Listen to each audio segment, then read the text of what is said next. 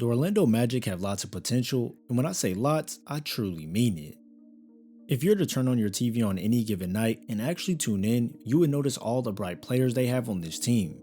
Now, I already know the first gripe many people are going to have is that they are too young and inexperienced and all that blah blah blah. And although that might be true, in today's league, we are seeing tons of young talent break out left and right. And going into the 2023-24 season, we are bound to see the Orlando Magic take yet another leap in the right direction as a whole.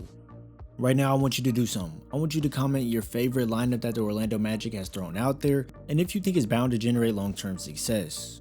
Last season, the lineup of Fultz, Harris, Wagner, Banchero, and Carter Jr. was rolled out there 36 times, making it the most frequent lineup. And honestly, I believe we will see the same mix of guys out there soaking up minutes together this season. Per 100 possessions, this lineup of the Magic put up 113 points on 49% shooting from the field and 37% from deep, while winning half of their games with this lineup, going 18-18. So right there you can see that this lineup can get the work done that's needed, but don't think this means that there aren't other lineups that don't look interesting as well. Stay till the end of this video because I have an important question to ask you and I want to know what you think. The Magic have an amazing young core of guys who can flex around in different roles and they'll still provide a ton of value for you, but these 5 right here seem to be the most cohesive combination up to this point.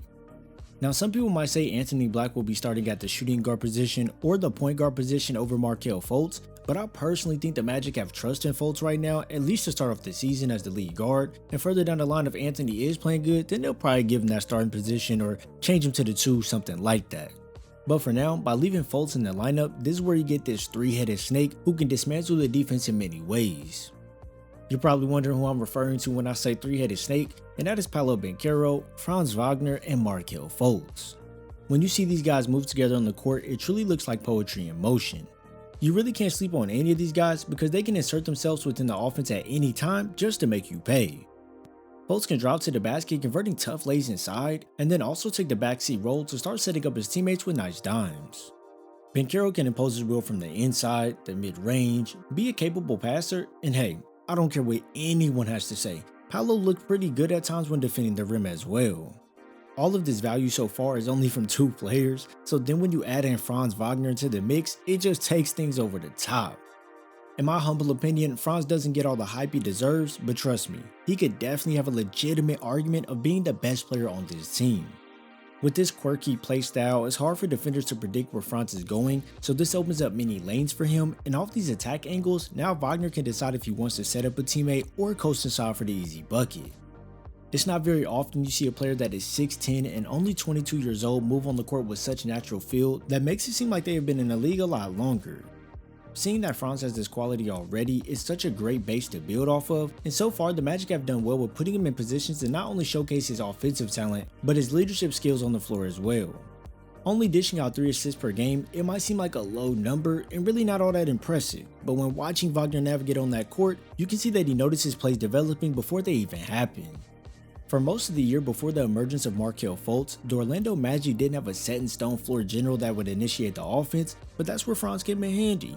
His passing skills tend to go under the radar as most don't discuss this aspect of his game, but his ability to set up his teammates for great looks at the basket was and will be more than needed. This skill gives the Magic a player who can not only score the ball, but someone who isn't one-dimensional, so if the rim has a lid on it, he can take up that backseat approach that I talked about earlier and set up easy buckets for the squad. But let's just say that the shot is falling and Franz is in his zone, well this is when we all get to see the true potential of Wagner. Whether it's him scoring inside with some nice footwork on the route to the basket, or if it's him knocking down shots from the outside, Franz is more than capable of being a dangerous inside-out scorer for this offense. When you see how well he can carve out a lane for himself when driving to the basket, you'll for sure sit up in your seat just a little bit as he does so in such an unconventional way. This unique approach to his inside scoring makes him difficult to cover when en route to the basket, and once presented an opening to take off, his touch around the basket was fairly decent. On 10 drives a game, Franz would attempt 6 shots off of these, converting them at nearly 50%. This is not only good for Franz in his individual stats, but it'll make the defense have to help off if he continues to get into that paint, allowing for guys to be open on the perimeter to knock down the tray ball. Having a very keen slasher like this is a need for any team because let's just be honest, a bucket from in close is far more reliable than a bucket from the outside unless your name is Stephen Curry. With Franz, he is showing bright signs of being a dependable slashing threat for this team, and although he is no Steph Curry, Wagner is not a complete slouch when it comes to shooting from deep. Shooting 36% from the outside on 4 attempts per game, floor spacing is something Franz brings to the table since he can knock it down if he is left open, and when we take a dive a little deeper into his scoring, in just his second year in the league, Franz was right inside the top 10 at number 9 for most fourth quarter points scored during the season and was shooting 40% from deep over the stretch of these fourth quarters as well.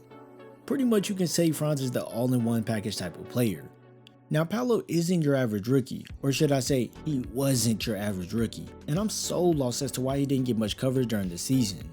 I know people were caught up in the Wemby hype and all the other things going on around the league, but as a real hoop fan, we must give him credit where credit is due and acknowledge the promising play from Banchero in his first season.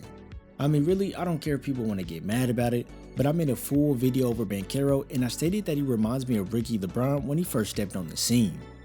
Now before you grill me and just try to roast me and all of that, the reason I say such thing is because Paolo can affect the game in every way on the court and his presence is heavily felt when he is out there.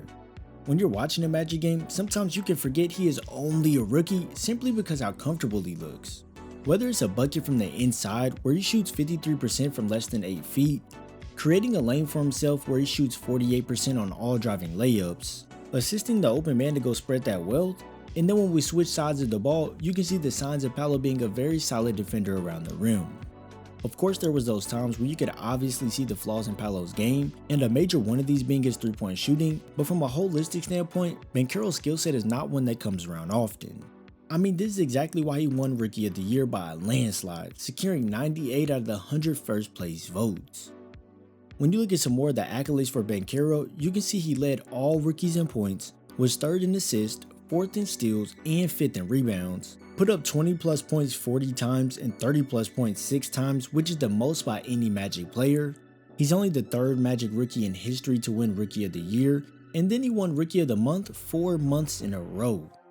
Yeah, like come on man, it was simply up for no debate as to who should win Rookie of the Year. There's just so many factors that play into why Banchero is so talented, and with the pieces around him, he can pretty much gel with whoever he's sharing the court with. I expect to see his passing and shooting stroke improve going into this next season, and boy oh boy oh boy, if it does, then these teams are definitely going to have a problem with him. Now am I saying Paolo is a complete player if this happens? Nah, I ain't saying all that, but we all know he has tons of room to grow, but this would be a major improvement to his game. Assuming that these couple fixes would make Paolo complete would truly be foolish, because that's like saying Markelle Fultz is a complete player now after fixing just some of his flaws. It's simply not true. Now Fultz did majorly improve his game by putting in that work, and we all have witnessed that. This past season, Fultz had a career high in most categories, just taking his game to the next level with his crafty passing on the floor and ability to penetrate the paint to finish the lay inside.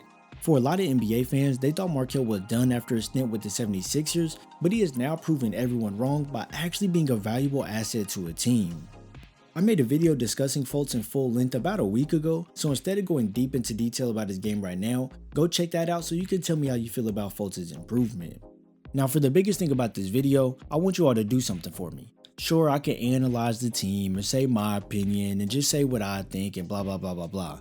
But we all know the Orlando Magic have tons of guys you can plug and play to generate better or more versatile lineups. So this is what I want you to do. So down low, I want you to comment, who do you want to see more minutes? Who do you want to see possibly start? What type of rotations would you like? And what players on this team do you think are going to have a breakout season? Let's all talk about it down below and let's have a respectful debate. This team is looking very special right now, and if they can keep their main core together and continue to build the chemistry, the Orlando Magic can be a serious contender in the next couple years.